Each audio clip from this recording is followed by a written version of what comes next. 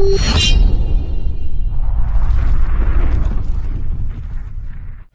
मौल साहब जुम्मा में तकरीर कर रहे हो।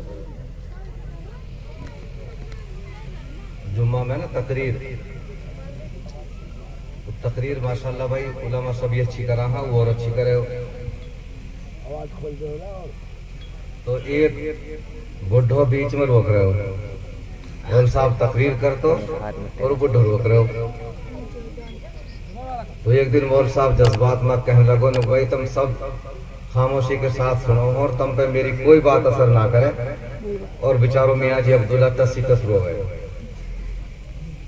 मियाँ जी अब्दुल्ला खड़ो हुए फौरन वाने कही नुक मौल साहब नुक हाँ तेरी तकरीर पर ना रो रहा मैं अल्लाह तकबीर।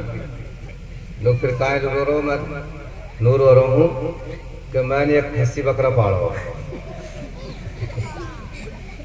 और मोहे बासु बड़ी मोहब्बत थी। मौल साहब बहुत लाड प्यार से मैंने राखो एक दिन घणे न्यारे नाज खागो अफरगो और मरगो।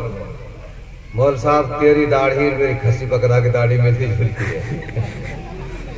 जब तू बोला तेरी दाढ़ी हारे तो मेरे खस्सी बकरा की याद आ रहे। तेरी तकरीर में अल्लाह तकबीर हो। तो भाई ऐसे तो ना है कभी कुछ और बात याद करके तुम रोक रो। अल्लाह ताला हम सबको जो बात कही जाए अमल की तौफीक अता फरमाए।